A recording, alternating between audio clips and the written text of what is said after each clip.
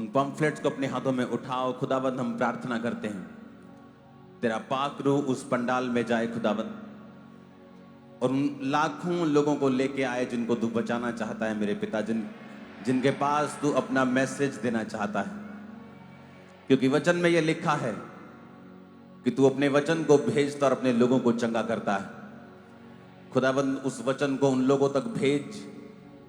तेरे लाखों करोड़ों स्वर्गदूत खुदाबंद उन लोगों के पास जाएं जिनको तू लेके आना चाहता है। मौसम को तेरे हाथों में सौंपते हैं, तेरा नाम वहां पे महिमा पाने पाए खुदाबंद। अंधकार की शक्तियों को डांटते हैं खुदाबंद। शैतान की सारी योजनाएं प्रभु यीशु मसीह के नाम से नाश हों। अपने हाथों को उठाएंगे आप सब लोग, और जो क्रूसेड्स, जो मीटिंग्स इस मंगलवार को स्टार्ट हो रही हैं, आप प्रार्थना करेंगे कि ये लगातार परमेश्वर की ग्रेस से होती ही रहे, हर 15 दिन, हर 10 दिन बाद। अपने हाथों को उठाओ। Thank you Jesus.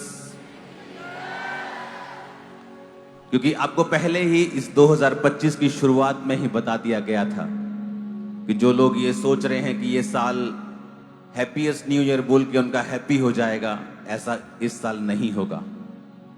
क्योंकि financial depression, financial economic problems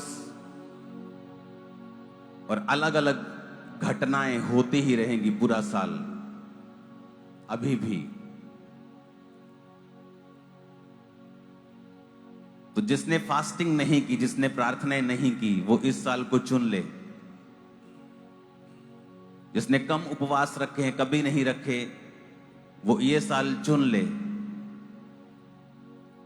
कि आप फास्टिंग में, प्रार्थनाओं में, उपवास में परमेश्वर के सामने रहेंगे पूरा साल। ये एक बार 40 रोजे रखने का साल नहीं है।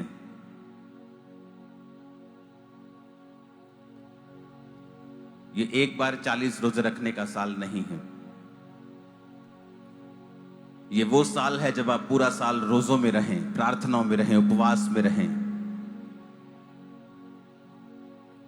क्योंकि वो आपके जरिए देशों के बीच में भी कार्य करेगा और आपके परिवारों के बीच में भी कार्य करेगा। जो ये रोजे रखेंगे, उपवास रखेंगे पूरा साल, सिर्फ परमेश्वर आपके जरिए देशों के लिए प्रार्थनाओं को ही नहीं सुनेगा, वो आपके परिवारों के बीच में भी और आपकी जिंदगियों के बीच में भी बड़े और भयंकर और सामर्थी काम करेगा।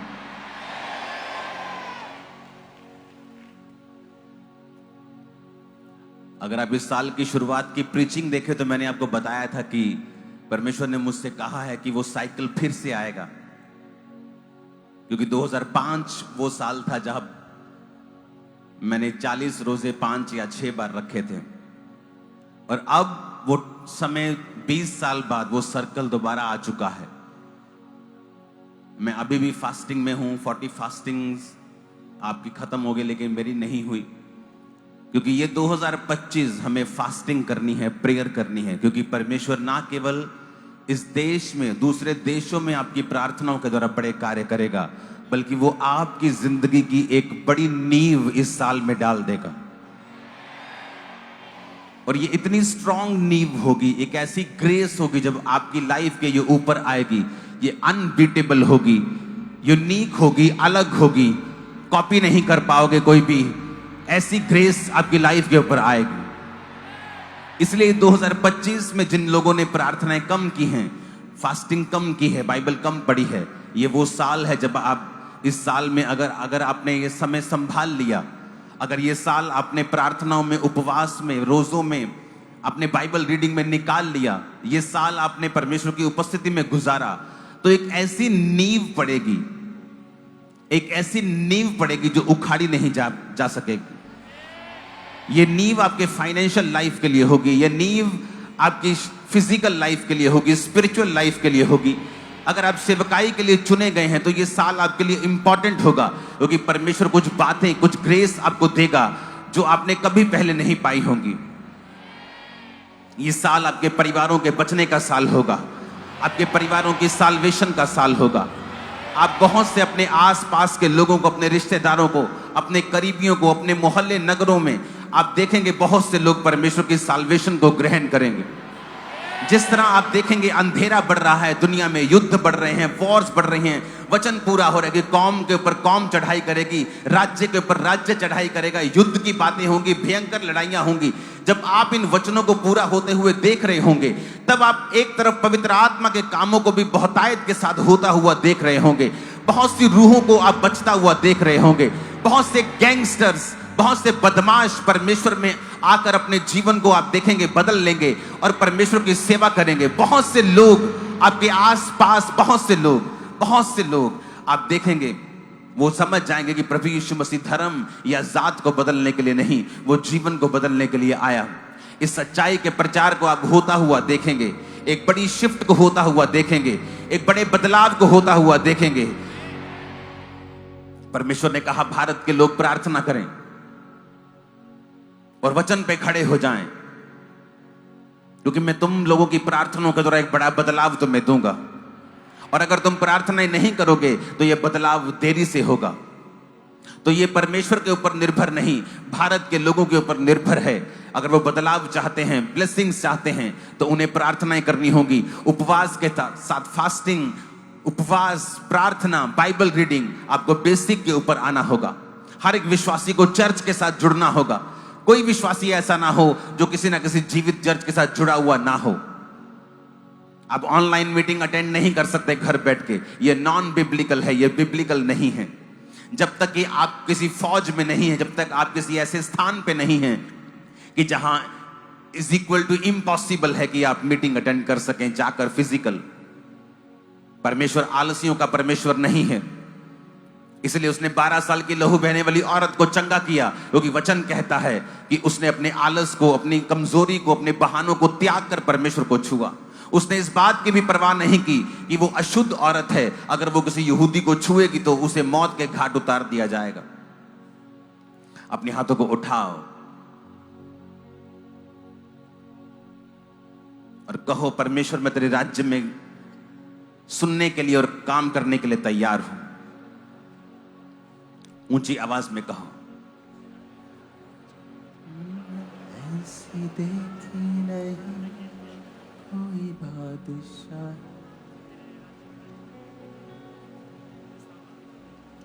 फिर से कहो, परमेश्वर मैं अपने कानों को खोलता हूं। ऊंची आवाज में मांगो परमेश्वर से।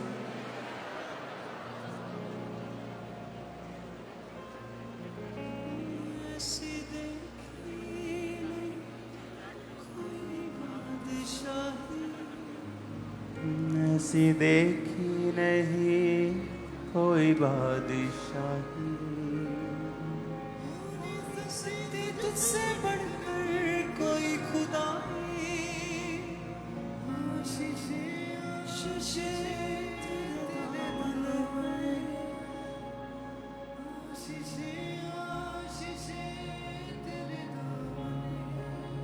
अपने हाथों को उठाकर थैंक यू जीसस।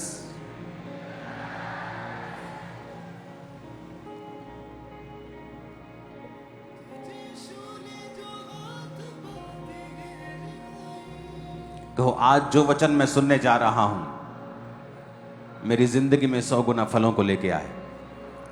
ऊंची आवाज से मांगो।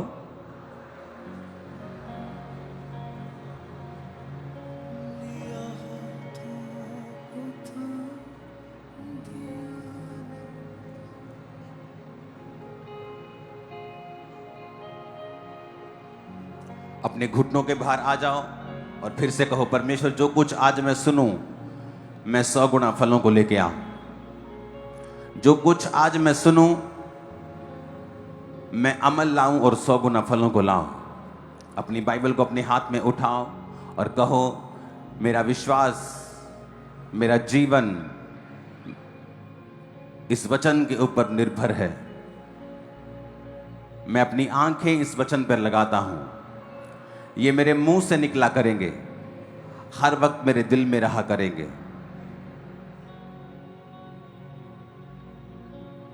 अपनी बाइबल को उठा के कहो, आज जो कुछ मैं सुनूंगा मैं इसका प्रचार भी करूंगा। और मांगो ऊंची आवाज में।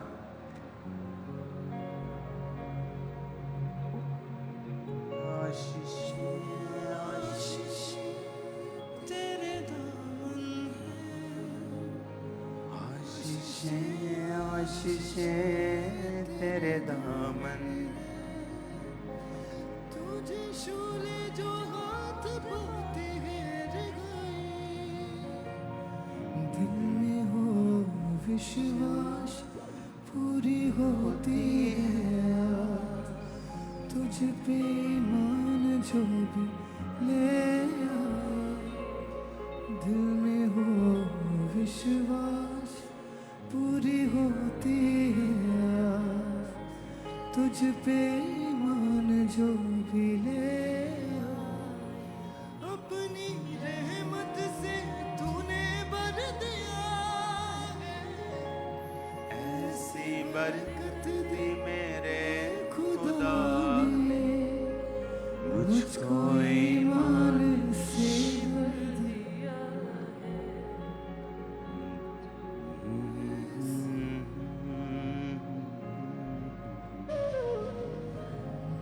मेरी देखी वफा और दे दी शिफा, मुझको गले से लगाया। मेरी देखी वफा और दे दी शिफा, मुझको गले से लगा। खुदावन से कहो, परमेश्वर आज का वचन मैं कानों से सुनकर अपने दिल में लेके जाऊंगा और उस पर चलूंगा, प्रभु यीशु के नाम में, आमीन। जितना ऊंचा ये ब्लेसिंग उतनी बड़ी है, जितनी ताकत है हाथों में, तारीफ कर दो खुदावन।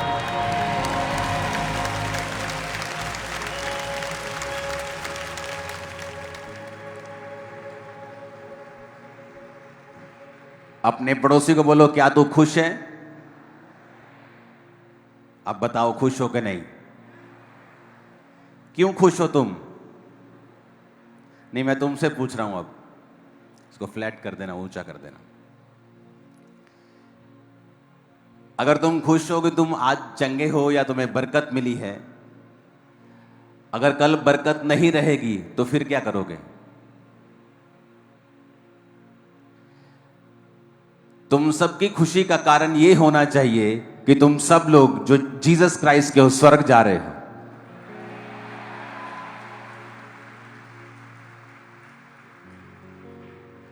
और जब तुम्हारा आनंद इस बात पे टिक जाएगा कि तुम स्वर्ग जा रहे हो, तुम अनंत जीवन पा चुके हो,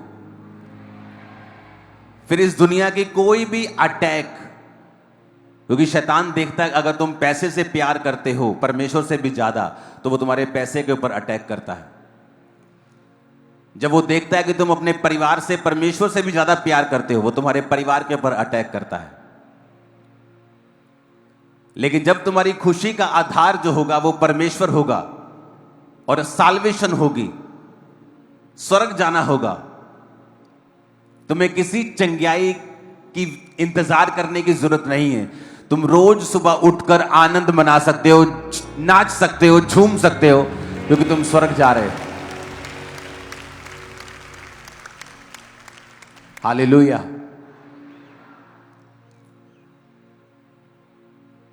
आज जो आत्मा ने आपको मैसेज दिया, आते ही प्रार्थना में आपने सुन लिया होगा, क्योंकि मैं वो तैयार करके नहीं लेके आता हूं। आवाज आ रही है सबको? पीछे हाथ हिलाओ, लास्ट में। ओके।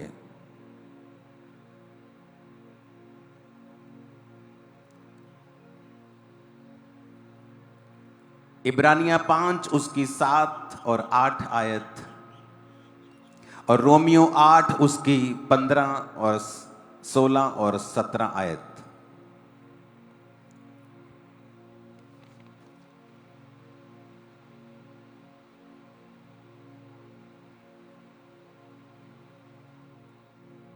इन दोनों आयतों को फिर से मैं बोलूंगा, इब्रानियों 5 उसकी 7 से 8 और रोमियो 8 उसकी 15 से 17 आयत।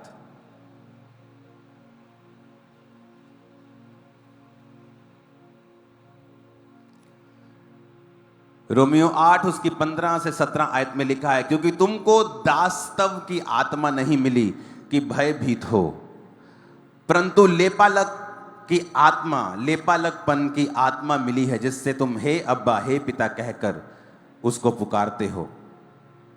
आत्मा आप ही हमारी आत्मा के साथ गवाही देता है कि हम परमेश्वर की संतान हैं। यदि संतान है तो वारिस भी, वरन परमेश्वर के वारिस और परमेश्वर के संगी वारिस हैं।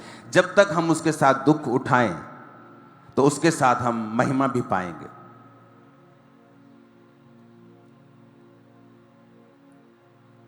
आज का वचन आपको बड़े ध्यान से समझना पड़ेगा।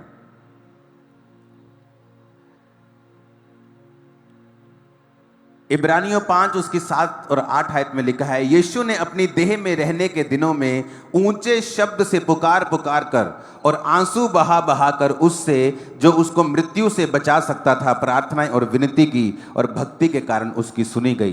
पुत्र होने पर भी उसने दुख उठा उठा कर आज्ञा माननी सीखी। वचन में लिखा है कि यीशु मसीह जब देह में थे, शरीर में थे, तो ऊंचे शब्द से पुकार पुकार कर उसने प्रार्थना को किया और आंसू बहा बहा कर जो उसको मृत्यु से बचा सकता था उसने प्रार्थनाएं और विनती की। तो क्या परमेश्वर को ऊंचे शब्द से पुकारना जरूरी है? क्या वो बहरा है? क्या वो सुनता नहीं? क्या अगर मैं धीरे से बोलूंगा तो क्या परमेश्वर को सुनाई नहीं देगा? क्योंकि परमेश्वर ने जब इंसान बनाया उसने इमोशंस आपको दिए हैं। रोना एक इमोशन है, क्राई करना, लाउड एक इमोशन है, धीरे से फुसफुसाकर बात करना एक इमोशन है। तो परमेश्वर ने ये सारे इमोशंस आपको दिए हैं, और इसीलिए कहा जाता है कि आपने बहुत सारी जगहों पर देखा होगा जहां पर जोर से वर्शिप करना अलाउड नहीं होता, कि नहीं परमेश्वर को ऐसा पसंद नहीं है, या स्लो वर्शिप करना पसंद नहीं है। लेकिन ऐसा बिब्लिकल नहीं है। ऐसा सिर्फ कूल बनने के लिए लोग बोलते हैं, ऐसा बिब्लिकल नहीं है। पवित्र आत्मा जब आपको दिया जाता है, कई बार एक ही चर्च में जब वर्शिप चल रही हो सकता है किसी को कोई हंस के वर्शिप कर रहा हो और दूसरा रो के वर्शिप कर रहा हो, तीसरा आराम से वर्शिप कर रहा हो, चौथा पूरा आत्मा में वर्शिप कर रहा हो। ये अलग अलग हो सकता है और चारों पवित्र आत्मा के द्वारा हो सकते हैं।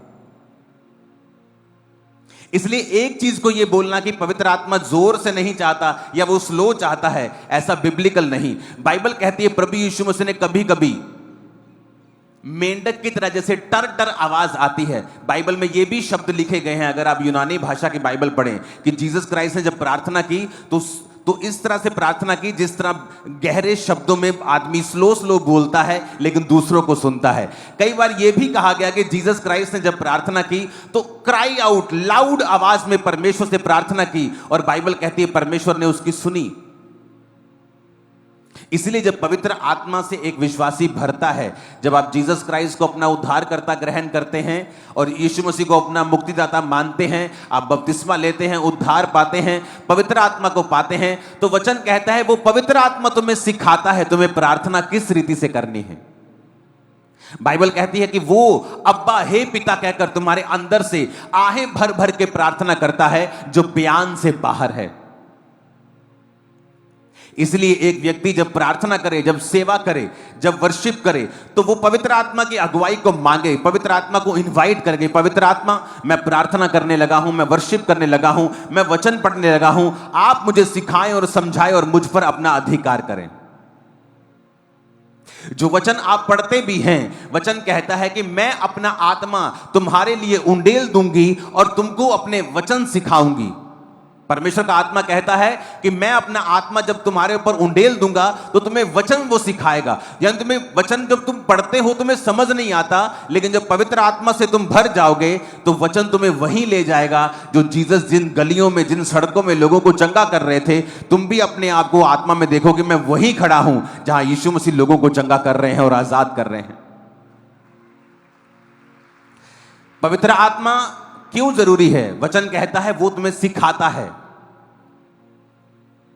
कई बार आप प्रार्थना करते हैं, आपके मुंह से शब्द ऊंचे नहीं निकलते, लेकिन आंसुओं के साथ आप प्रार्थना करते हैं। तो आप एक रूल नहीं बना सकते कि आप जोर से नहीं डांट सकते, आप स्लो डांट सकते हैं, आप जोर से डांटे, आप स्लो नहीं कर सकते।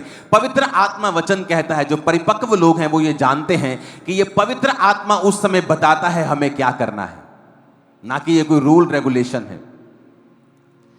क्योंकि परमेश्वर कोई ऊंचा नहीं सुनता कि ऊंची आवाज में हम प्रार्थना करेंगे तो वो सुनेगा, लेकिन वचन कहता है प्रभु यीशु मसीह ने भी देह में रहने के दिनों में ऊंचे शब्द से पुकार पुकार कर, क्राई आउट लाउड, कि उसने परमेश्वर से प्रार्थना की और आंसू बहा बहा कर उसने विनती की, और परमेश्वर ने उसकी प्रार्थनाओं को सुना और विनती को सुना।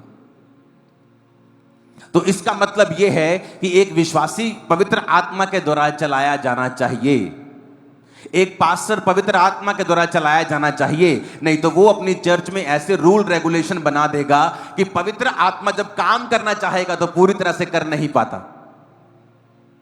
वचन कहता है कि चेलों ने बहुत से लोगों के ऊपर तेल मलकर उनको क्या किया, चंगा किया। लेकिन आज जब आप ये बोल देंगे कि तेल परमेश्वर की ओर से नहीं है, मैं तेल मल के प्रार्थना नहीं करता हूं, यानी आप अपने आप को लिमिटेड कर रहे हैं। हो सकता हो पवित्र आत्मा ने किसी दिन आपको इस तरह से इस्तेमाल करना हो, लेकिन आपने अपने आप को खुद अपने ही शब्दों से सीमित कर लिया, जबकि परमेश्वर ने आपकी सेवकाई को सीमित नहीं रखा। कई जगह बाइबल कहती है परमेश्वर ने जब अंधे को देखा तो थूका और थूक से मिट्टी को गीला किया और उस मिट्टी को उस अंधे की आंखों पर लगाया और कहा जा और धो, शालों के कुंड में धो ले, और वो देखने लगा। हो सकता है तब भी यीशु मसीह का विरोध हुआ हो कि ये क्या बात है, ये क्यों थूक रहा है। वचन कहता है परमेश्वर ने एक हकले की जीभ को थूक कर छुआ और उसे चंगा किया। किसी को परमेश्वर ने अपने शब्दों से चंगा किया, किसी को परमेश्वर ने छू कर चंगा किया, कोई परमेश्वर के कपड़ों से छूकर चंगा हुआ, कोई तो परमेश्वर से मिला तक नहीं, दूर से कह दिया प्रभु तुम मुंह से ही कह दे तो मेरा सेवक चंगा हो जाएगा, तो चंगा हो गया। क्योंकि आप अनलिमिटेड काम कर सकते हैं अगर आप पवित्र आत्मा को अपनी लाइफ में इनवाइट करेंगे तो। मैंने बहुत सारी चर्चेस को लिमिटेड होते हुए देखा है, जब वो रूल्स रेगुलेशन बना देते हैं जो पवित्र आत्मा ने नहीं कहे। क्योंकि पवित्र आत्मा अनलिमिटेड है, वो ऐसी जगहों से, ऐसे जरियों से काम कर सकता है आप इमेजिन भी नहीं कर सकते। कितने मेरी बात को समझ रहे हैं? चाहे आप विश्वासी हैं, चाहे आप सेवक हैं, आप कोई भी हैं, कृपया ऐसे रूल ना बनाएं जो आपकी पवित्र आत्मा की सेवकाई को लिमिटेड कर दे। काम प्रभु फिर भी करेगा, लेकिन अपने आप को इतना खुला रखें।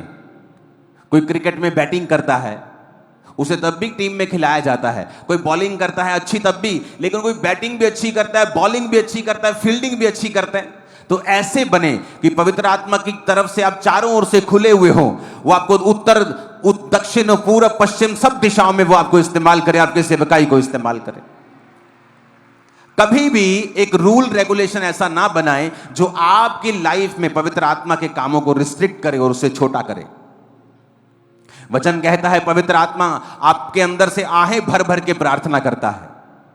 कई बार मैंने लोगों को हंसते हुए देखा है आत्मा में, कई बार लोगों को रोते हुए देखा है आत्मा में, कई बार लोगों को जोश में देखा है आत्मा में, कई बार बहुत ही शांत देखा है आत्मा में। ये सारे काम पवित्र आत्मा की वजह से होते हैं। आप जानते हैं आपकी लाइफ की जो बढ़ोतरी है किस चीज पर निर्भर करती है, कि किस दिन आपको रेमा वचन मिलता है, किस दिन आपको एक ऐसा वचन मिलता है जो जिस पर आप अपनी लाइफ को खड़ा कर लेंगे, कहेंगे ये वचन परमेश्वर ने मुझे दिया है, आज प्रभु ने मुझसे बात की है, अब मैं पीछे नहीं रहूंगा। जिस तरह मेरी लाइफ में हुआ, मैं 100 बार बता चुका हूं कि मेहनत नहीं करता था, लेकिन प्रभु से हीलिंग चाहता था। 1 घंटे की शायद 45 मिनट की प्रार्थना थी, या 15 मिनट से लेकर 45 मिनट की मैं प्रार्थना करता था। और प्रभु ने कहा कुरंथिया के वचन के अनुसार, 1 कुरंथिया 15 उसकी 58, कि हे मेरे प्रिय भाइयों, हियाव बांधो, दृढ़ रहो, प्रभु के काम में सर्वदा बढ़ते जाओ, क्योंकि तुम जानते हो प्रभु में किया गया परिश्रम कभी भी व्यर्थ नहीं है। आमीन। यह वचन था जो मेरे सामने आया, और जब उस वचन को मैंने पढ़ा तो मुझे लगा कि ये प्रभु ने मुझसे बात की है। पवित्र आत्मा ने उस वचन को जीवित कर दिया। उस वचन पर मैंने अपनी जिंदगी खड़ी कर ली। फास्टिंग की, 1 बार 40, 2 बार 40, 3 बार 40, मेहनत करता गया। और क्योंकि मेरे दिल में आ चुका था कि परमेश्वर ने कहा है कि मुझ में की गई मेहनत कभी भी व्यर्थ नहीं होगी। हालेलुया। इसकी हवा सीधा मेरे फेस पे करो। ऊंची आवाज में हालेलुया बोलो जरा। कितने इन बातों को समझ रहे हैं? एक व्यक्ति परमेश्वर को जानता था, बस प्रभु को जानता था और एक आम विश्वासी था। और उन समयों की मैं बात कर रहा हूं जो समय आज तक का दुनिया का सबसे डिप्रेशन से भरा हुआ समय था। वर्ल्ड वॉर 1, वर्ल्ड वॉर 2, परमाणु बम गिर रहे थे हर तरफ। द मोस्ट डिप्रेस्ड टाइम था दुनिया के लिए। एक विश्वासी था, प्रभु के वचन पे खड़ा हो गया कि परमेश्वर ने कहा है मेरे बाहिने हाथ में धन और महिमा है, मेरे दाहिने हाथ में दीर्घ आयु है। उसने जब पढ़ा कि परमेश्वर के वचन में लिखा है कि हम गरीब नहीं रह सकते, अगर हम वचन पे चलेंगे तो हम गरीब नहीं रह सकते। जबकि वो दिन थे कि जब लोगों के पास खाना नहीं होता था। आज आप इंटरनेट पे देखो, जब युद्ध की बातें चलती हैं दो देशों के बीच में, लोग कितना खुश हो रहे हैं। ओ युद्ध करो, युद्ध करो, एक्साइटेड हो रहे हैं लोग। मेरी पुरानी वीडियो चला रहे थे जहां पर मैं बोल रहा हूं कि युद्ध नहीं होगा, लेकिन वो भविष्यवाणी इस के लिए नहीं है जो आज हो रहा है। वो तब हुई थी जब रशिया और यूक्रेन की लड़ाई हुई थी। लोग कह रहे थे कि विश्व युद्ध शुरू हो जाएगा, और मैंने कहा था कि विश्व युद्ध शुरू नहीं होगा इस बात में। और मैंने कहा था कि क्या क्या होगा, और वो हुआ। लेकिन अब जो होगा मैं आपको बता रहा हूं, ये डेंजरस चीज है जो अब निकल रहे हैं लोग। आप देखो, लोग खुश हो रहे हैं, मीम्स बना रहे हैं, ये देश के लोग, वो देश के लोग, सब देशों का यूथ एक दूसरे से लड़ रहा है। लेकिन उन्हें नहीं पता आने वाला समय कितना भयंकर आ रहा है। मैं किसी चीज का नाम नहीं लूंगा, लेकिन मैं आपको बता देता हूं, एक लंच, LUNCH, लंच, दोपहर का खाना, पूरे दिन की जो कमाई होगी, लोग सिर्फ दोपहर का या रात का एक समय का खाना खरीद पाएंगे उससे। ये समय आ रहा है, आप देख लेना। और ये टीवी पे आएगा, आपकी आंखों के सामने होगा। क्योंकि जब ये लड़ाई होगी, जब युद्ध होगा, तो सबसे ज्यादा मीडियम क्लास लोगों का नुकसान होगा और गरीब लोगों का नुकसान होगा, जो सबसे ज्यादा एक्साइटेड है राइट नाउ कि युद्ध हो जाए। क्या ये कंप्लीट युद्ध होगा? क्या ये बड़ा युद्ध होगा? पर मैं आपको बता रहा हूं, जो भी होगा ना, वो इतना डेंजरस होगा कि लोगों की कमाई, जो लोगों का खाना है, वो मुश्किल हो जाएगा लोगों को। –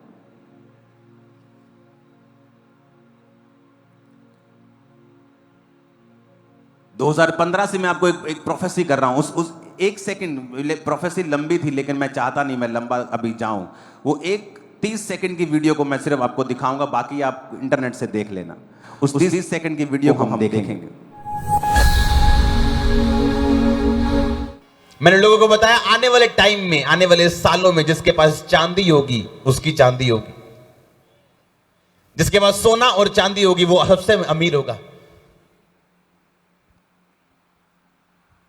और आप ये मैसेज आज से 10 साल बाद निकाल निकाल के इंटरनेट से फिर सुनेंगे,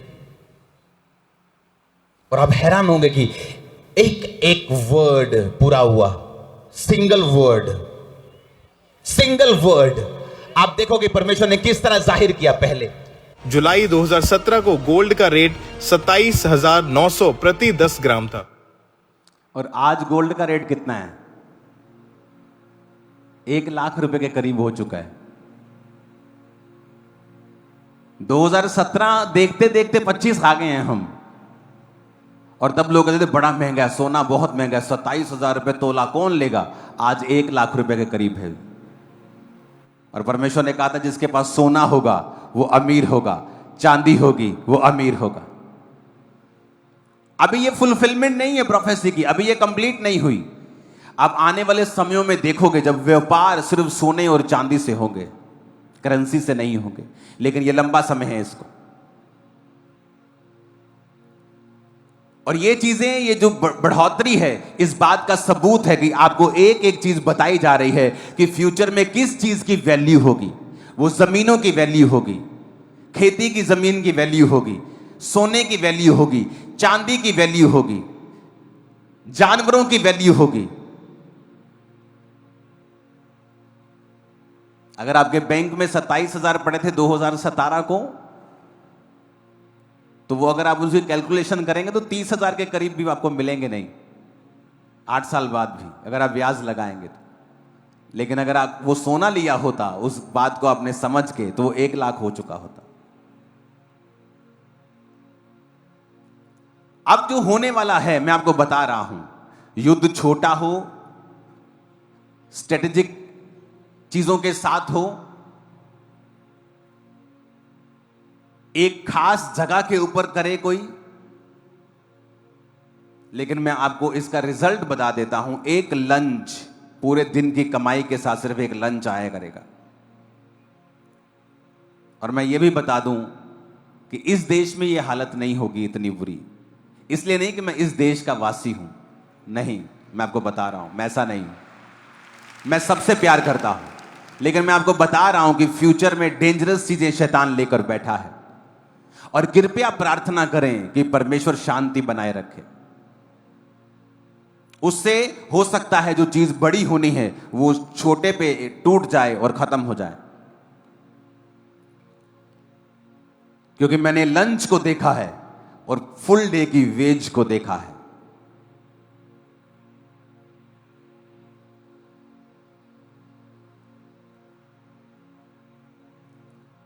तो क्रिश्चियन लोगों को यह बात समझनी चाहिए कि हमें प्रार्थना करनी है, हमें प्रार्थना करनी है मीडिया बुद्धिमान बने, हमें प्रार्थना करनी है कि परमेश्वर शांति को लेके आए। क्योंकि ये 2025 मैंने आपको पहले से ही बता दिया था। अगर आप 31 की मीटिंग को देखेंगे कि जो लोग समझ रहे हैं कि हैप्पीएस्ट न्यू ईयर से हैप्पीएस्ट हो जाएगा, ये ईयर बिल्कुल भी हैप्पीएस्ट नहीं होगा। क्योंकि घटनाएं होती रहेंगी पूरा साल, जो मार्केट को, शेयर मार्केट को अप डाउन करती रहेंगी और जो लोगों की इकोनॉमी को नीचे करती रहेंगी और अलग अलग चीजें होती रहेंगी, घटनाएं होती रहेंगी। क्रिश्चियन लोग अगर आप ये बात को समझ जाएंगे, ये साल अगर आप फास्टिंग, प्रेयर, बाइबल रीडिंग करेंगे जितना आपने पहले कभी नहीं किया, ये साल आपकी एक ऐसी नींव पड़ जाएगी जो आने वाली जनरेशन तक आपकी हेल्प करेगी। और ये यादगार साल होगा आप लोगों के लिए कि इस साल मैं परमेश्वर में फास्टिंग करना शुरू किया था, मैं परमेश्वर में प्रार्थना करना शुरू किया था। आने वाले समय में ये बात मेरी लिख लेना, फोर्सफुली आपको प्रार्थनाएं करनी पड़ेगी। ऐसा ऐसा ऐसा माहौल बन जाएगा, आपको प्रार्थना करनी पड़ेगी। आपको दिक्कत होगी, मुश्किल होगी, लेकिन जो लोग पहले से प्रार्थना करते हैं, पहले से परमेश्वर के करीब हैं, पहले से फास्टिंग करते हैं, उनके लिए वो नॉर्मल होगा। जब कोविड आया तो लोगों को बड़ी दिक्कत हुई, मर गए, डिप्रेस हो गए। मेरे लिए कोई प्रॉब्लम नहीं थी क्योंकि मैं तो जीता ही वैसे था। यहां चर्च से घर, घर से चर्च, ऑफिस, काम, ये मेरी लाइफ थी। तो मेरी लाइफ बिल्कुल बदली नहीं क्योंकि मैं पहले से ही परमेश्वर की परफेक्ट विल में चल रहा था। तो मुझे कोविड से कोई दिक्कत नहीं हुई। आज भी मेरा लाइफस्टाइल वही है, क्योंकि जब आप अपना लाइफस्टाइल होली स्पिरिट के बनाए हुए, क्योंकि मेरी ये कॉलिंग है, आपकी कॉलिंग अलग है। जब आप पवित्र आत्मा के चलाए चलते हैं, आपका लाइफस्टाइल परमेश्वर ऐसा कर देता है कि दुनिया में जो कुछ भी होता रहेगा आपको 1% भी फर्क नहीं पड़ेगा, बल्कि आप ऊंचे किए जाएंगे और आजाद किए जाएंगे। मैं आपको बता रहा हूं क्योंकि ये पवित्र आत्मा आपको बताएगा। अब उस व्यक्ति की बात करें, जब युद्ध हुए, जब युद्ध के समय चल रहे थे, तो उसने एक वचन पढ़ा कि परमेश्वर कहता है कि अगर तू अपने टाइट को, अपने दशवांत को बोएगा तो मैं तुझे इतनी बरकत दूंगा कि तेरे रखने के लिए जगह नहीं होगी। वो कहता, हां, क्या ये वचन आज पूरा हो सकता है? इस सिचुएशन में जब युद्ध हो रहे हैं, इस सिचुएशन में जो दुनिया के पास खाने के लिए नहीं है, क्या यह वचन आज पूरा हो सकता है?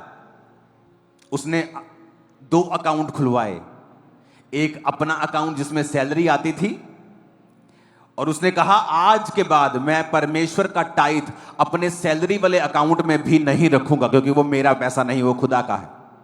उसने दूसरा अकाउंट खुलवाया, अपनी सैलरी का 10% वो दूसरे अकाउंट में रखता था कि 2 दिन बाद भी अगर मुझे देना है तो मेरे अकाउंट में नहीं रहना चाहिए। उसने परमेश्वर के नाम का एक डेडिकेटेड अकाउंट खोल दिया कि ये अंकुर सेकंड अकाउंट जो है ये खुदा के लिए डेडिकेटेड, खुदा का अकाउंट है, खुदा के लिए डेडिकेटेड है। वो अपना काम करता गया। परमेश्वर ने उसके घर का माहौल धर्मी किया, उसकी पत्नी, उसका एक बच्चा हुआ, एक बेटा हुआ। वो अपने काम को करता गया, अपनी जिंदगी को नॉर्मल बिताता गया। क्योंकि कुछ लोग सोचते हैं कि जैसे ही वो टाइप देना शुरू करेंगे ना, 1 साल में आसमान खुल जाएगा, पता नहीं क्या क्या हो जाएगा। ऐसा नहीं होता। जब आप वचन पे चलना शुरू करते हैं, आप चट्टान पर घर बना रहे हैं। यीशु मसीह ने कहा, जो हे प्रभु मुझे कहते हैं, हर एक जन उनमें से स्वर्ग के राज्य में प्रवेश नहीं करेगा, क्योंकि जो मुझसे प्यार करता है मेरी आज्ञाओं को मानेगा, और वो उस मनुष्य के समान होगा जिसने अपना घर चट्टान के ऊपर बनाया। जो मेरे वचन पर चलेगा। चट्टान को खोदना मुश्किल है, उस पर नींव डालना मुश्किल है, समय लगता है। चट्टान के ऊपर आप 1 साल में घर नहीं बना सकते हो। तो परमेश्वर ने कहा वो मनुष्य उस व्यक्ति के समान होगा जिसने चट्टान पर घर बनाया, लेकिन जब वो घर बन गया, आंधी तूफान उस घर को हिला नहीं सकते। लेकिन रेत पर जो घर बनाता है वो है जो वचन पे नहीं चलता, बिजनेस के थ्रू ब्लेस होना चाहता है, ताकत के थ्रू, स्किल के थ्रू। लेकिन जब वो बिजनेस के ऊपर कोविड का अटैक होता है, वो खत्म हो जाता है। बड़े बड़े बिलियनियर स्टोरी सुनो, इंटरनेट के ऊपर पड़ी हैं, 2-4 गलत डिसीजन लिए, आज बैंकरप्ट होकर बैठे हैं, क्योंकि खुदा उनके साथ नहीं है। जो महलों में रहते थे वो जेलों में रहे। अब उस व्यक्ति को समझ आ गया कि मुझे यह करना है और लगातार करना है। शादी हुई, बेटा हुआ, बेटा बड़ा हो गया, और बेटे के जीवन में परमेश्वर ने काम किया। उसको एज ए पास्टर परमेश्वर ने बुलाया और उसने सेवा करनी शुरू की। जिस तरह दाऊद की जिंदगी में हुआ। दाऊद ने अपना पर्सनल सारा सोना परमेश्वर को दे दिया था, लेकिन जब उसका बेटा बड़ा हुआ सुलेमान, तो परमेश्वर ने कहा तूने बुद्धि मांगी है, लेकिन मैं तुम्हें पैसा भी इतना दूंगा जितना किसी को नहीं दिया। कारण क्या था? कारण यह था, दाऊद का पर्सनल बीज जो परमेश्वर को दिया गया था वो हजारों करोड़ रुपए का सोना था, और परमेश्वर ने उसके वंश को इतना अमीर किया जितना दुनिया में कोई भी राजा नहीं था। और अब इस व्यक्ति की लाइफ में क्या होता है कि वो जो छोटा बच्चा था, बेटा था, उसको परमेश्वर सेवा के लिए बुलाते हैं और वो सेवा करना शुरू करता है। अब उसे अपने बाप की गवाही मालूम थी कि उसके बाप ने किस तरह से परमेश्वर में बरकत को पाया है, और उसकी तरह परमेश्वर ने उसके बाप को फाइनेंशियली ब्लेस किया, उसे सेवा में बुलाया, और वो अपने बाप की टेस्टिमनी के ऊपर चलता रहा। और वो कहता था कि कुछ भी हो जाए, टाइथ वो देना भूलता नहीं था। अगर आप इस दुनिया में स्टडी करेंगे तो इस दुनिया में आपको एक ही व्यक्ति ऐसा मिलेगा जिसने 27 प्लेन्स, कार्स नहीं, प्लेन्स डोनेट किए हैं। ये वही बेटा था जिसने 27 प्लेन्स डोनेट किए, जिसके बाप ने खुदा के लिए अलग खाता खुलवा दिया था। और वो कैसे अमीर हुआ? चर्च से नहीं। उसकी चर्च आज भी आप देख लो, 500 लोगों से ज्यादा उसकी चर्च में लोग नहीं हैं। तो जिसकी चर्च में 500, 700, 1000 लोग हैं, वो 27 प्लेन कैसे डोनेट कर सकता है? वो तो चर्च ही चला ले, बड़ी बात है। लेकिन हमेशा परमेश्वर ये प्रूफ करता है कि पास्टर की प्रोस्पेरिटी, पास्टर की ब्लेसिंग, चर्च की ब्लेसिंग इस बात पे निर्भर नहीं करती कि चर्च कितनी बड़ी या छोटी है। वो इस बात पे निर्भर करती है कि उस वचन को जो बाइबल में लिखा है उसने कितना व्यक्तिगत उसे बनाया है, या कितना सीरियसली वो उसे लेता है।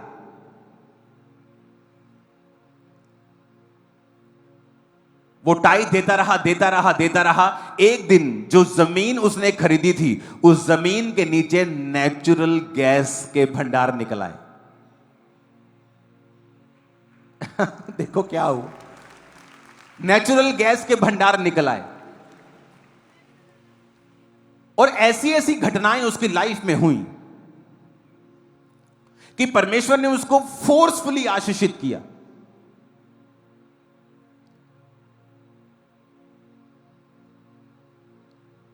और लोग आज भी हैरान है कि 500 लोगों की चर्च है और यह व्यक्ति 9,000 करोड़ का मालिक कैसे हो सकता है? क्योंकि टाइट, बाप टाइट, बेटा टाइट, मिनिस्ट्री टाइट। खुदा ने कहा रखने की जगह नहीं होगी, इतनी बरकत दूंगा। आज वचन पे खड़े होने वाले लोग बहुत थोड़े हैं।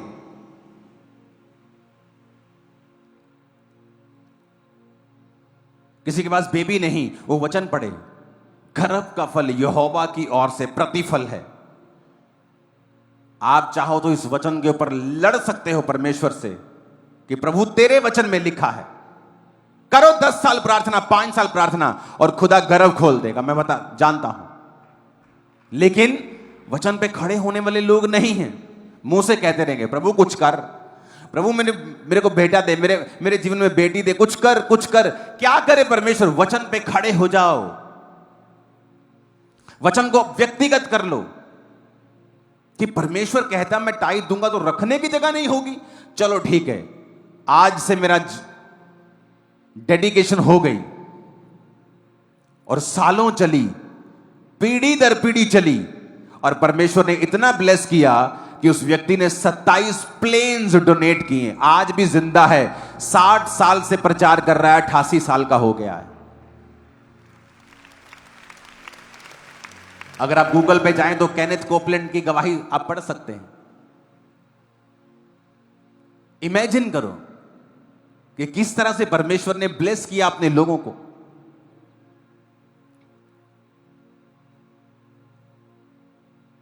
आपको यह बात बड़े ध्यान से समझनी है कि जब आप वचन पे चलेंगे ना, कुछ घटनाएं होंगी ऐसी जिन्हें आप नहीं घटा सकते थे, आप घटित नहीं कर सकते थे, वो खुदा ने की हैं, क्योंकि आप प्रभु के वचन से वफादार हैं।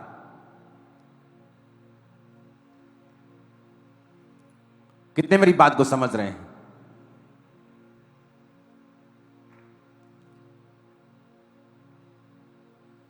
जब मैं सेवकाई में आया, जब मैंने सेवकाई को किया, तो शैतान मुझसे ये कहता था कि तू चर्च से पैसा नहीं लेता, लेकिन तू खुद, तेरे पास क्या है? चर्च तो तूने खड़ा कर दिया इतना बड़ा, 100 एकड़ में चर्च खड़ा कर दिया, लेकिन तेरे पास क्या है? तू अपना बिजनेस छोड़ के आया, तू 25-30 लाख महीना कमाता, तेरे पास क्या है? लेकिन मैं सेवकाई में लगा रहा, क्योंकि चर्च से मैंने घर नहीं बनाया, चर्च के पैसों से उसका फायदा नहीं उठाया। एक दिन मैं दुबई में था घूमने के लिए, एक होटल में, और मैं और मेरी वाइफ वहां से निकल रहे थे। तो एक ऑफिस था वहां पे किसी कंपनी का, तो वो जो कंपनी वाले व्यक्ति थे वो हमें इनवाइट करने लगे बाहर से, प्लीज कम, ये आपको अपार्टमेंट देखो, ये घर देखो, आप देख। हमने कौन सा लेना था, 80 भाड़ के होते, चलो टाइम पास करते हैं 5 मिनट। हाँ किथे है, वो किथे है, हाँ ये ऐसा है, ये ऐसा है, आप यहाँ पे लेंगे तो आपको फायदा होगा। मैं कहा हाँ हाँ ठीक है। कहती आपने देखना है? मैंने कहा कहाँ जाना पड़ेगा? मैं कहा नहीं, हम टूरिस्ट हैं, मेरे पास गाड़ी नहीं है, तो कहाँ? कहते नहीं नहीं आप चिंता मत करो, गाड़ी हम मंगवा के देंगे। मैंने कहा ठीक है, अगर आप गाड़ी मंगवा के तो चलते हैं, नाले झूठे ले आवांगे। तो गाड़ी आई, हमें ले गई। वो आदमी सामने से कहता जी आओ जी ਤੁਹਾਨੂੰ दिखाने, पंजाबी बोलता था वो। मेरे को एक जगह ले गया, उसने कहा ये वाला घर है। हम घर में गए, हमने घर पसंद कर लिया, कहा हाँ बहुत अच्छा है, बहुत अच्छा है। उसको मालूम था कि मेरी बैकग्राउंड क्या है। उसने कहा ये वाला घर है। मैंने कहा ठीक है, लेकिन कितने का? इतने का। मैंने कहा इतने पैसे मेरे पास नहीं। वो कहता जान दो जनाब, तू तो भावें पूरा महल्ला खरीद लो। मैं कहा यार मैं अपने लिए लेना, चर्च ने नहीं लेना। चर्च का पैसा अलग है, मेरा पैसा अलग है। मेरे पास पैसे नहीं है इतने कि मैं इतना बड़ा घर खरीद लूं। कहता कोई नहीं, तुम चिंता ना करो, मैं तो बैंक तो ना लोन करा देना। मैं कहा मैं लोन भी नहीं लेता हूं। कहता अच्छा फिर ऐ करते हैं, आप ਆਪਾਂ ਕੋਈ ਐਦਾਂ ਦਾ ਸਿਸਟਮ ਬਣਾ ਲਾਂਗੇ ਕਿ ਤੁਸੀਂ ਘਰ ਵੀ ਲੈ ਲਓਗੇ ਤੇ ਤੁਹਾਨੂੰ ਇੰਟਰਸਟ ਵੀ ਨਹੀਂ ਪਏਗਾ ਔਰ ਘਰ ਵੀ ਤੁਹਾਡਾ ਹੋ ਜਾਏਗਾ, ਤੁਸੀਂ 2-3 ਸਾਲ 'ਚ ਉਹਨੂੰ ਪੈਸੇ ਦੇ ਦਿਓ। ਮੈਂ ਕਿਹਾ ਇਹ ਕਿ ਠੀਕ ਹੈ ਚੱਲੇਗਾ। ਐਡਵਾਂਸ ਭੇਜ ਦਿਆ, ਬਾਅਦ 'ਚ ਕਹਿੰਦਾ ਨਹੀਂ ਸਰ ਹੋਇਆ ਨਹੀਂ, ਤੁਹਾਨੂੰ ਲੋਨ ਹੀ ਲੈਣਾ ਪੈਣਾ। उसने फंसा लिया मेरे को। फिर मेरी पेमेंट गई हुई थी थोड़ी सी, फिर मुझे लोन लेना पड़ा और मैंने वो घर लिया।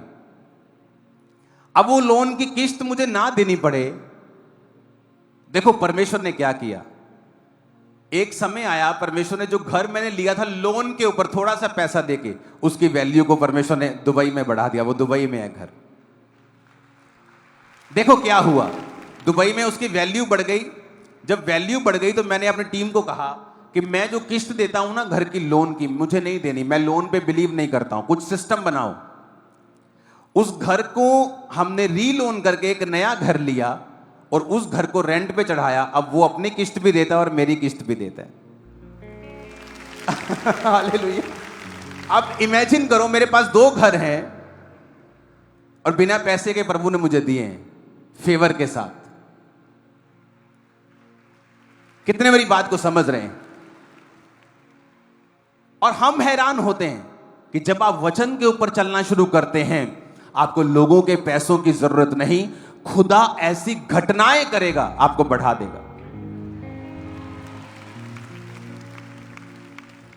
उसने जमीन ली, नीचे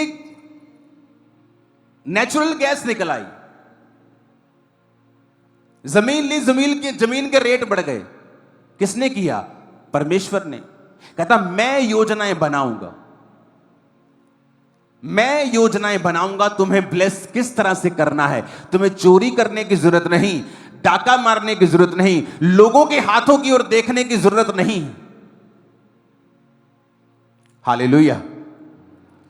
परमेश्वर फिर आपका इंतजाम करता है और वो आपको प्लान करता है किस तरह से आप बढ़ें, किस तरह से आप आशीषित हों।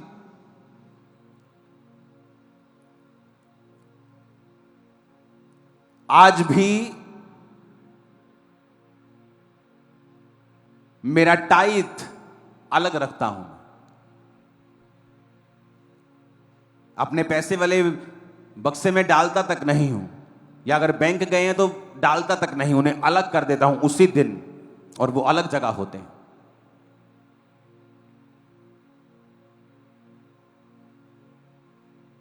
हालेलुया। जब घर रिश्तेदार आए थे तो उन्होंने कहा था ये पैसा कौन सा है, ये कुछ लाख। मैंने कहा ये परमेश्वर का है, बीज डालता हूं मैं। तुम ले जाना चाहते हो ले जाओ, खुदा का है, वो अपने आप वापस ले लेगा तुमसे। हालेलुया। उनको समझ नहीं आ रही थी कि क्या करें अब। आज लोगों को परमेश्वर के वचन से वफादारी करना नहीं आता है। अगर वो वफादारी करते तो आप ये भूल जाओ, आपका रेगुलर वर्क आपको अमीर कर देगा, आपकी सेवकाई आपको अमीर कर देगी। ऐसा नहीं होगा। अमीर करेगा परमेश्वर के वचन पे चलना, और फिर वो घटनाएं करेगा, फिर वो ऐसी घटनाएं करेगा, ऐसी चीजें करेगा कि एक तरह का जबरदस्ती परमेश्वर ने मुझे वो घर दिए, जबरदस्ती, फोर्सफुली, ना करते करते करते, डाउट में रह रहे के भी खुदा ने मुझे दिए। और हमें यह बात समझनी होगी कि हम अपने रेगुलर काम से अमीर नहीं हो पाएंगे, ब्लेस नहीं हो पाएंगे। हमें परमेश्वर के किसी स्पेशल हाथ की जरूरत होगी जो हमें ब्लेस करे। कितने मेरी बात को समझ रहे हैं?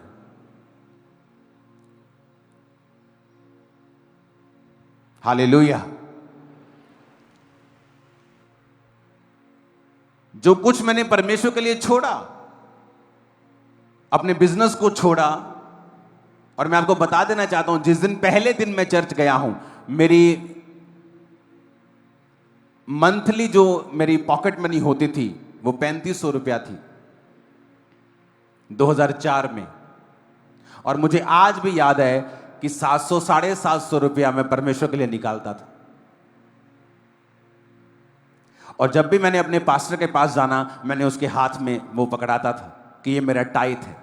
टाइथ ही बोलते थे उसको, चाहे वो 20% था। और तब से ऐसी बरकत जो मेरे जीवन में रही है आप लोग जानते हैं। 7 सालों में 8 चर्चेस बदलनी पड़ी थी, क्योंकि जिस चर्च को लेते थे जो जगह होती थी वो भर जाती थी। अब करें क्या?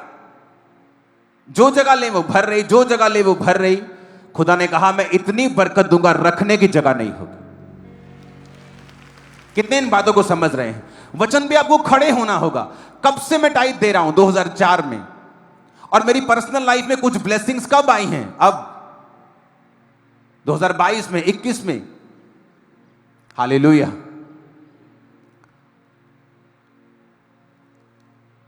वचन को पर्सनल बनाओ, इस पे खड़े हो जाओ, इसको व्यक्तिगत करो, इस पर अपना घर बनाओ, इस पर खड़े हो जाओ। मैं आपको दावा देता हूं, आप नुकसान में नहीं रहोगे, फायदे में रहोगे। हालेलुया। ऊंची आवाज से बोलो हालेलुया।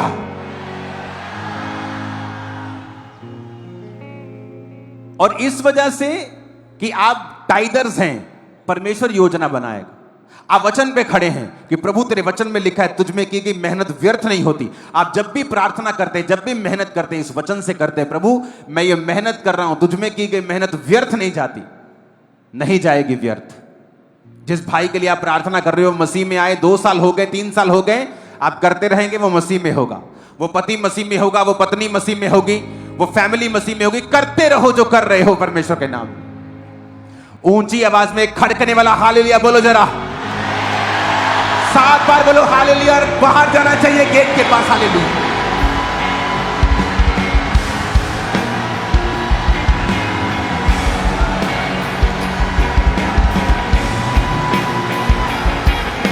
हालेलुया। आमीन। अब बात यह है कि उस वचन को आप कितना व्यक्तिगत, पर्सनल कितना लेते हैं। देखो वचन तो सालों से लिखा हुआ है, कोई मिनिस्ट्री, कोई पास्टर उसे लेकर आशीषित हो रहा है और कोई विश्वासी वहीं का वहीं बैठा है। मैं आपको बता रहा हूं, परमेश्वर घटनाएं करेगा आपकी लाइफ में जो नेचुरल नहीं होगी, जो फोर्सफुल होगी। वो आपको ऐसी चीजों में ले जाएगा और आपको ब्लेस कर देगा, इतना जितना आपने सोचा भी नहीं।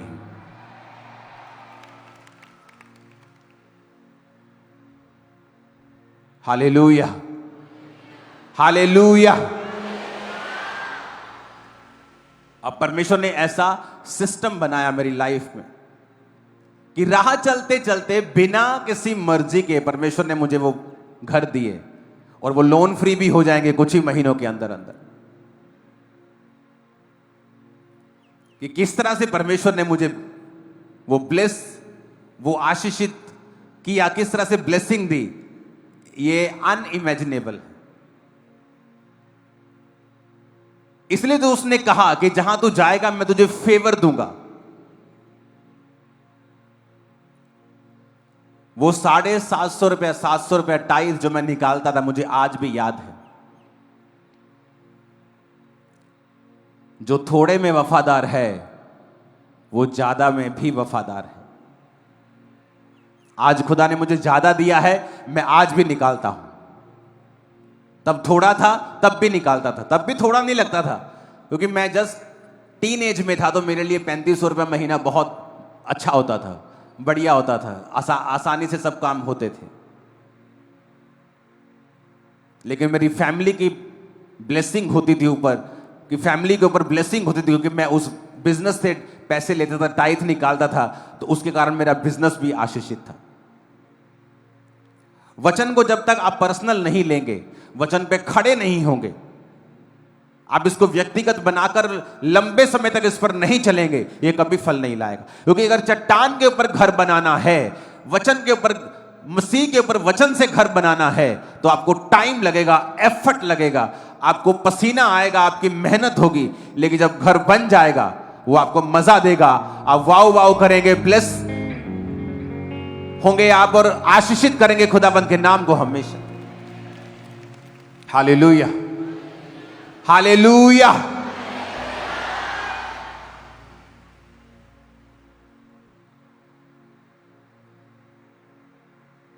आज से प्रार्थना करना कि जो दुख, संकट, फूड के ऊपर, इकोनॉमी के ऊपर, बहुत से देशों के ऊपर आने वाले हैं, परमेश्वर दया करे, क्योंकि हमारे मसीह लोग भी, क्रिश्चियन लोग भी वहां रहते हैं, कि परमेश्वर मर्सी करे और दया करे। शैतान मारने के लिए आया और जीसस प्यार करने के लिए और जोड़ने के लिए आए। आमीन। एक वायदा करो अपने हाथों को उठाकर, कहो खुदावन आज से मैं वचनों के ऊपर चलूंगा और कभी भी, फिर से कहो कभी भी ऐसा टाइम नहीं होगा जब मैं वचन पर नहीं चला, क्योंकि मुझे चट्टान के ऊपर घर बनाना है और मैं बनाऊंगा, वचन पर पूरी रीति के साथ चलूंगा, जो तेरे वचन में लिखा है उसे पूरा करूंगा। फिर से कहो परमेश्वर से यही प्रार्थनाओं के साथ, ऐसी देखी नहीं कोई बादशाही, ऐसी देखी नहीं कोई बादशाही, ऐसी देखी नहीं कोई बादशाही, ऐसी देखी नहीं कोई बादशाही, हो नहीं सकती तुझसे बढ़कर कोई खुदाई। सब जन खड़े हो जाओ। तुझसे बढ़कर कोई खुदाई। ये आशीषें आशीषें तेरे दामने हैं, आशीषें आशीषें तेरे दामने हैं। ऊंची आवाज में कहो थैंक यू जीसस। फिर से कहो ऊंची आवाज में थैंक यू जीसस।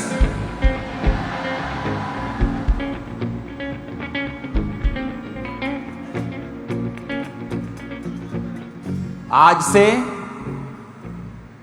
अपने मन से कहो मैं वचनों के ऊपर खड़ा रहूंगा और चलूंगा। फिर से कहो, फिर से कहो, फिर से कहो, आज से मैं वचनों के ऊपर चलूंगा और खड़ा रहूंगा।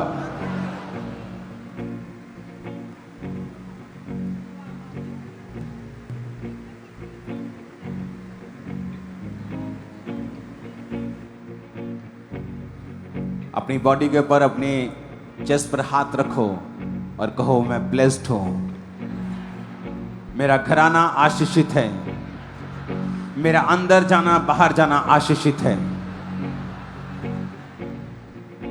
मेरा घर मेरा बैंक बैलेंस आशीषित है। कोई अंधकार की शक्ति मेरे जीवन पर, मेरी फैमिली पर अटैक नहीं कर सकती, क्योंकि मैं उसके लहू के नीचे सेफ हूं। खुदावन इस प्रार्थना को कबूल कर, इस क्रूसेड के ऊपर जो मुकेरिया में होने जा रहा है, तेरी आशीष को, तेरी बरकत को, साफ मौसम को हम फिर से मांगते हैं। लंगड़े चलाने की सामर्थ, गूंगों को बोलने की ताकत, तेरा आत्मा वहां लोगों को दे खुदा। लोग आजाद हो और चंगे हो और पूरी रीति के साथ आजाद किए जाएं। आमीन। ऊंचा ये आशीष हमारी।